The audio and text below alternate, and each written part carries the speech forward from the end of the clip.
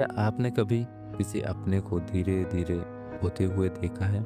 ना कोई झगड़ा हुआ और ना कोई बड़ी वजह बनी, बस कुछ बातें, कुछ लोग और कुछ एक्सपेक्टेशंस, और एक दिन वो रिश्ता सिर्फ यादों में रह गया। आज मैं ऐसे ही एक कहानी लेकर आया हूँ, आरव और तानिया की। 8 साल दोनों बेस्ट फ्रेंड थे, लेकिन कभी कभी बेस्ट का मतलब भी ज़्यादा एक्सपेक्टेशन बन जाता है।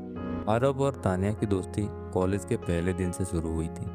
हर फेज में छोटी बड़ी खुशियाँ, बड़े सपने, heart breaks, late night calls, सब कुछ साथ में गुजारा। वो दोनों एक दूसरे को इतना अच्छे से समझते थे कि कभी कहने की ज़रूरत ही नहीं पड़ता थी। लेकिन फिर वक्त के साथ लोग बदलने लगे। तानिया थोड़ी सी पॉजिटिव थी। उससे लगता था कि आरब सिर्फ उसका है।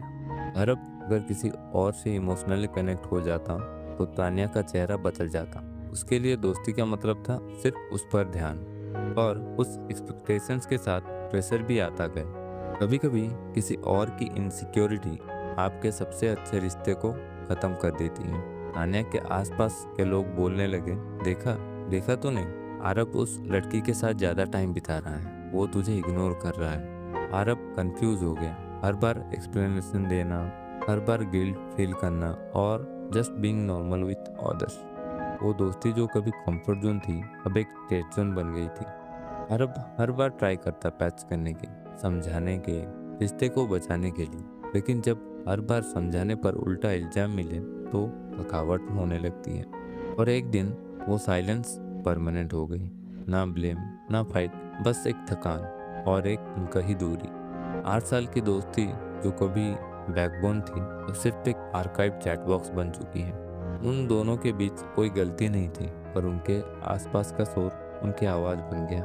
अगर तुम ये कहानी सुन रही हो तो तान्या, तो मैं आरब की तरफ से कहना चाहता हूँ, थैंक यू उसकी ज़िंदगी के एक हिस्सा बनने के लिए। वो हमेशा चाह रहा था कि तुम दोनों बैठकर सब कुछ ठीक कर लो, लेकिन अब लगता है शायद देर हो गई है। कभी सोचा है, एक रिश्ता तोड़ने के लिए हमेशा कोई गलती की जरूरी नहीं होती।